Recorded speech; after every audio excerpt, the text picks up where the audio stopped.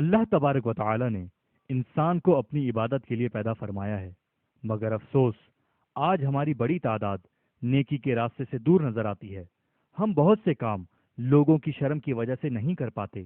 دعوت اسلامی کی مرکزی مجلس شورا کے نگران حاجی محمد عمران اتاری سلمہ الباری نے نیکیاں کرنے اور گناہوں سے محفوظ رہنے کا مدنی ذہن دیتے ہوئے سنتوں بھرا بیان بنام لوگ کیا کہیں گے فرمایا۔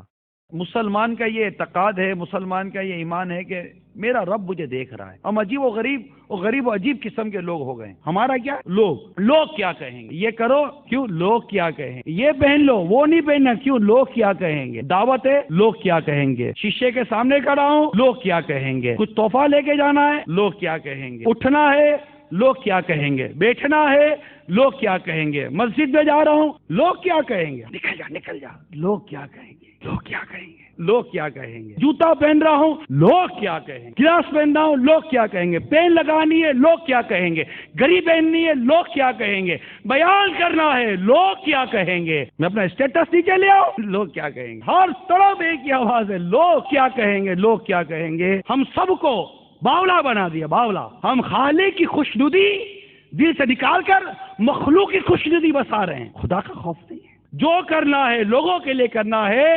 مسلمان اپنے رب کے لیے کب عمل کرے گا؟ اس بیان کی VCD دعوت اسلامی کا اشاعتی ادارہ مکتبۃ المدینہ مختلف مواقع کے مناظر اور آواز کی مکسنگ کے ساتھ پیش کرنے کی سعادت حاصل کر رہا ہے۔ اول تا آخر ملاحظہ فرمائیے۔ صلو علی الحبیب صلی اللہ تعالی علی محمد۔